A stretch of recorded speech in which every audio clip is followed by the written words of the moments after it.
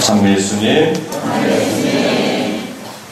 잘 지내고 계십니까? 네. 행복하십니까? 네.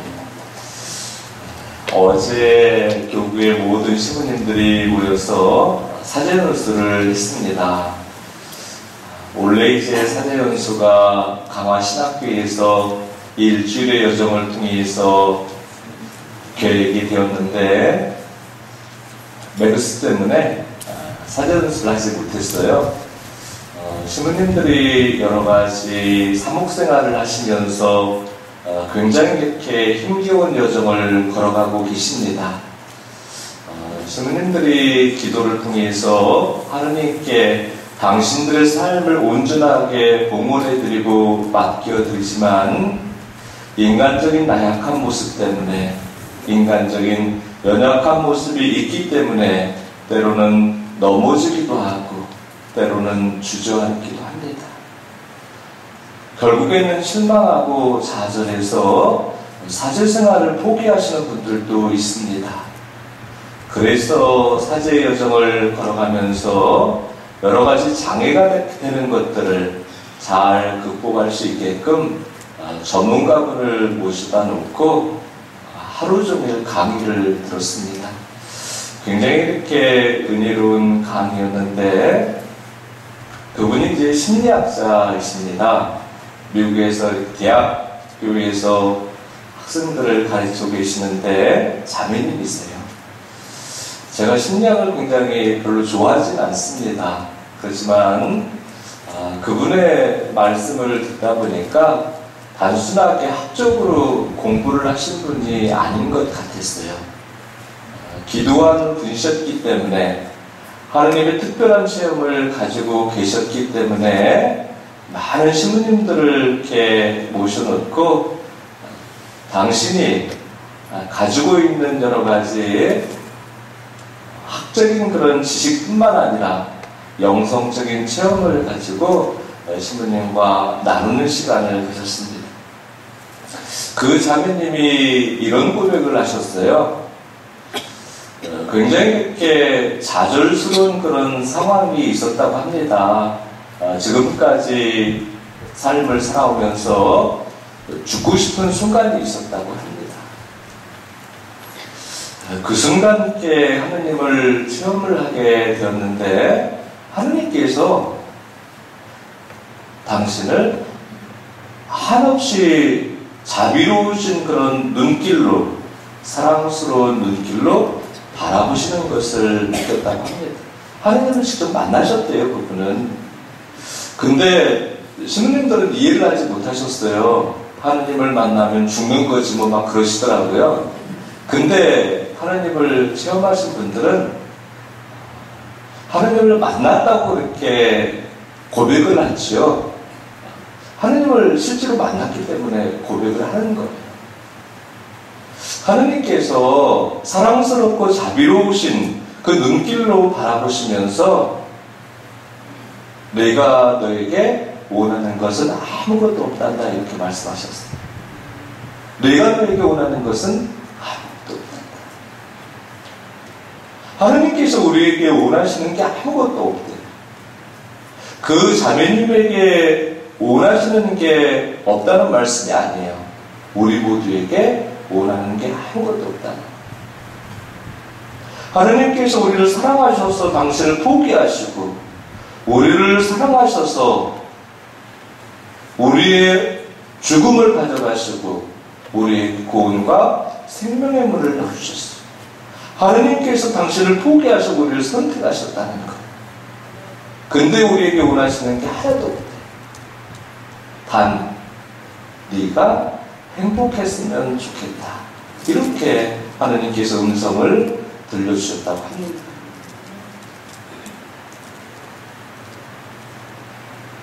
하느님이 우리에게 원하시는 것은 우리의 행복이죠.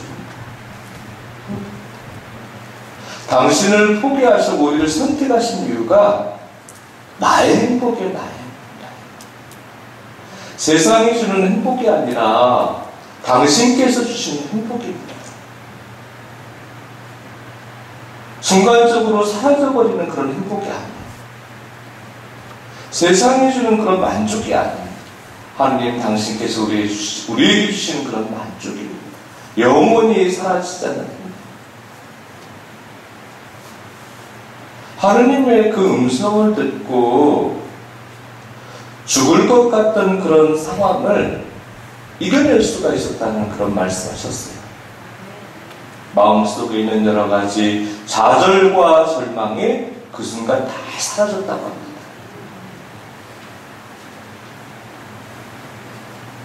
내 안에 있는 어둠이 다 씻겨나갔다는 그런 고백을 하셨어요. 하나님의 그 음성을 듣고 하나님을 만나는 체험을 하는 그 순간 당신의 삶이 완전하게 새롭게 거듭났다는 그런 신앙 고백을 하셨습니다. 그 고백을 통해서 많은 신부님들이 마음과 영으로 치유가 되고 회복이 되는 은혜를 받았다고 그렇게 어떤 신부님은 말씀을 하시더라고요. 저는 여러분들이 하나님의 그 사랑과 자비의 그 음성을 통해서 하나님께서 우리에게 열어주시는 행복의 길로 나아가게 되기를 바랍니다. 아멘. 어떤 분이 또 저에게 전화를 하셔서 그런 말씀을 하셨어요. 전화를 이렇게 모르시는 분들이 우리 사무실로 전화를 이렇게 자주 주십니다. 신부님, 제 안에 미움이 가득 차서 정말 이렇게 그 미움 때문에 힘들어 죽을 것 같습니다. 그렇게 말씀하시더라고요. 여러 가지 이유가 있겠죠. 근데 중요한 것은 내 안에 미움이 사라지지가 않는다는 것. 그 미움 때문에 너무나 내 삶이 무너지고 있다는 것. 이유가 중요한 게 아니에요. 내 안에 미움이 사라지지 않는다는 것. 용서할 수가 없다는 것. 교황님께서 지난 10일날 강론에서 많은 신자분들에게 이런 말씀하셨습니다. 용서할 수 없는 사람은 그리스도인이 아니다. 용서할 수 없다면 하느님의 평화를 누릴 수가 없다. 이 말씀하셨어요. 내가 용서하는 게 아니에요. 하느님의 사랑과 자비를 내 안에 받아들이는 거예요. 하느님의 사랑과 자비가 내 안에 담겨져 있을 때 하느님의 그 사랑과 자비가 누군가의 불편한 모습을 용서하시는 거죠. 여러분들, 우리는 용서할 권한이 없습니다. 용서할 힘도 없습니다. 용서할 능력도 없습니다. 오직 하나님만이 용서하실 수 있는 그 능력이 있으시고 용서하실 수 있는 권한이 있으십니다. 그래서 우리가 십자가 위에 매달려 계신 예수님을 바라보면서 죽기까지 용서하시고 또 죽기까지 사랑하시는 예수님의 사랑과 자비를 내 마음과 영으로 영접해 드려야 됩니다. 하느님의 사랑과 자비가 내 마음과 영 안에 자리하실 때 그 순간 미움은 사라지게 된다는 것. 어둠은 씻겨나간다는 것. 내가 할 수 없는 것 하느님께서 하신다는 겁니다. 어떤 신부님도 그러셨어요. 어떤 이유 때문에 주교님께서 사제품을 안 주신 거예요. 그 신부님. 옛날에 부재 때. 다 같이 동기들하고 사제품을 받을 준비를 했는데 갑자기 그 신부님만 사제품을 안 주셨어요. 제의도 다 마치고 상본도 다 나오고 신지시들까지 지인들까지 성당의 신자분들까지 다 이렇게 사제품식에 오게 되어 있는데 사제품을 받지 못하는 거예요. 물론 여러 가지 인간적인 부족함과 나약한 모습 때문에 조금 주교님께서 식별을 하셔서 기회를 주시는 거죠. 사제품을 안 주시는 게 아니라. 그래서 1년 후에 사제품을 받았는데 사제품을 받고 주교님께 대한 미움이 사라지지 않았대요. 사제품을 받아도. 왜 나를 그렇게 판단하셨는지. 주교님의 그 식별을 이해할 수가 없었다는 그런 고백을 하셨어요. 그 신부님이 주교님을 언제 용서하셨는가? 사제생활을 하시면서 하느님의 사랑과 자비에 대한 그런 체험을 하셨을 때 하느님의 사랑과 자비를 마음과 영으로 받아 모시고 그 사랑과 자비로서 공동체를 회복시켜 나갈 때 그 순간 자기도 모르게 주교님께 대한 미움이 다 사라졌다고 합니다. 그 신부님이 용서를 하신 게 아니에요. 하느님의 사랑과 자비를 마음과 영으로 받아 모시는 순간 내가 치유가 되고 회복이 됩니다. 내가 치유가 되고 회복이 됩니다. 그 사랑과 자비로서 여러분들이 치유가 되고 회복이 되기를 간절히 기도합니다. 네. 오늘 이렇게 오후에, 오늘 오후가 아니죠. 이제 어제죠. 이제 12시가 넘었으니까 한 달 2번씩 주교님 업무보고 회의가 있어요. 주교님께서 회의 전에 신부님들에게 당부 말씀들을 한마디 한마디씩 이렇게 던져주셔요. 신부님들 고생하십니다. 감사합니다. 오늘은 이렇게 그렇게 말씀하시고 나서 신부님들이 예수님을 닮으셨으면 좋겠습니다. 이렇게 말씀하시더라고요. 신부님들이 예수님을 닮으셨으면 좋겠습니다. 주교님이 신부님들이 예수님을 닮았으면 좋겠습니다. 이렇게 말씀하셨는데 사제들만 예수님을 닮아야 되는가? 그건 아니에요. 여러분들도 예수님을 닮으셔야 돼요. 예수님을 닮으셔야 돼요. 여러분들의 모습이 예수님의 모습이어야 됩니다. 제 모습이 예수님의 모습이어야 돼요. 여러분들이 예수님으로서 가정과 공동체에서 가족들과 공동체, 형제, 자매들과 관계를 맺어가야 된다는 것.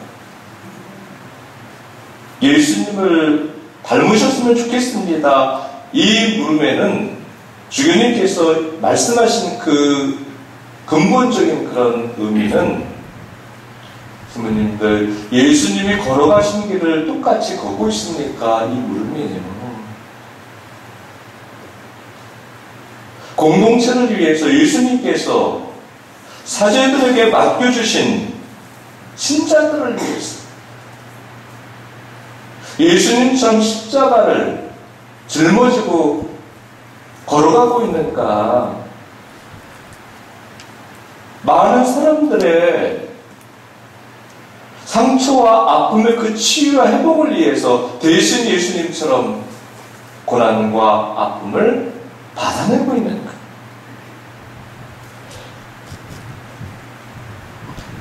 예수님이 이 죽음의 여정을 걸어가신 것처럼 사제들 또한 그렇게 이 죽음의 여정을 걸어가고 있는 거예요. 예수님이 걸어가신 이 죽음의 여정은 죽음의 길이 아니죠. 구원의 길이고 우리에게 영원한 생명을 주시는 생명의 여정입니다. 누군가를 사랑하기 위해서 누군가의 불편한 모습을 용서하기 위해서 과연 내 자신을 포기할 수 있는가? 누군가의 죄를 대신해서 내가 그 죄를 받아낼 수가 있는가? 누군가를 살리기 위해서 내 생명을 기꺼이 나눌 수가 있는가?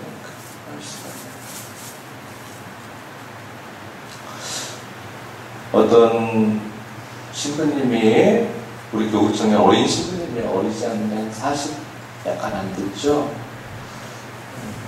아까 이제 회의 때 몸이 아파서 이제 교구청을 이렇게 나갈 준비를 하시는 것 같아요. 간암 초기이셔가지고 김민중 시민님이신데 여러분들 기도 중에 좀 기억을 하셨으면 좋을 것 같습니다. 눈물을 흘리시더라고요. 그래서 이제 그 신부님 눈물 흘리면서 아직 젊으니까 가족력이 있으신 것 같아요. 간이식을 하면 완치가 된다고 합니다. 초기이기 때문에. 그래서 조카가 이제 간이식을 해주기로 했는데, 제 간을 줬으면 좋겠더라고요. 근데 이제 주면 좋겠는데 안 맞아요. 물론 이렇게 줄 수 있죠. 근데 이제 그런 마음은 늘 이렇게 가지고 있습니다. 근데 이제 실제로 그 순간이 되면 인간적인 그런 생각으로 딱, 나 무쪽에서 그럴 수도 있겠죠. 근데 그럼에도 불구하고 우리가 예수님께서 우리의 죽음을 가져가시고 당신의 생명을 우리에게 주신 것처럼 그 생명을 나눌 수 있는 그런 선택을 해나가야 됩니다. 세상 사람들은 내가 살기 위해서 다른 사람들을 죽음의 길로 이렇게 내모르잖아요.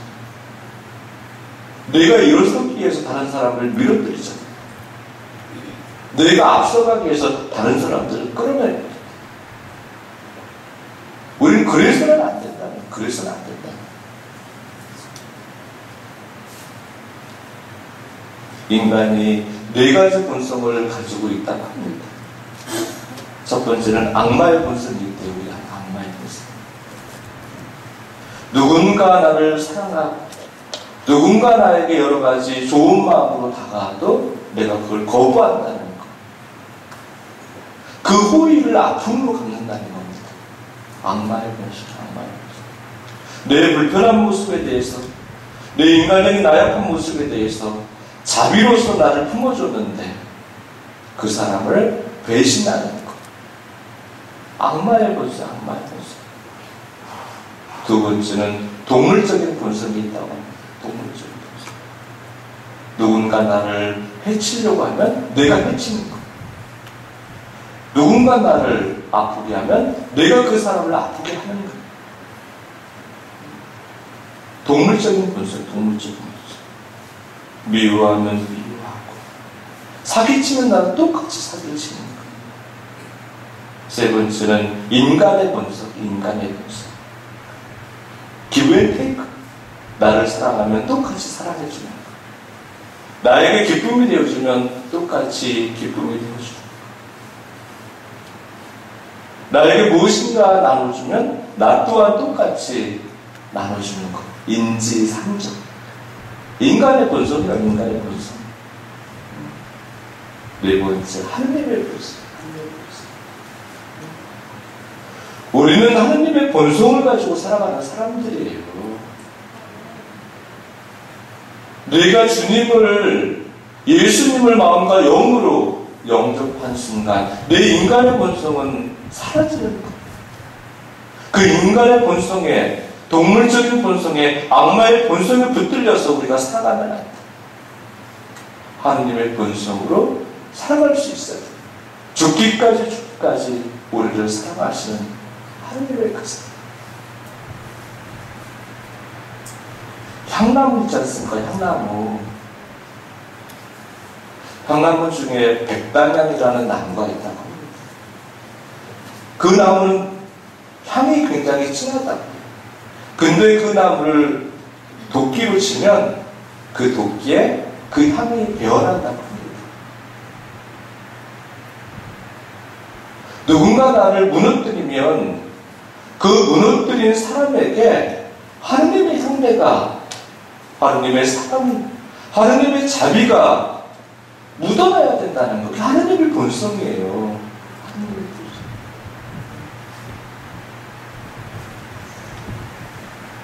예수님을 무너뜨렸지만 무너뜨린 그 사람들은 예수님의 사랑을 통해서 용서가 되고 예수님의 그 자비를 통해서 구원과 생명의 길로 나아갈 수 있는 기회가 주어진다는 것. 하나님의 사랑과 자비.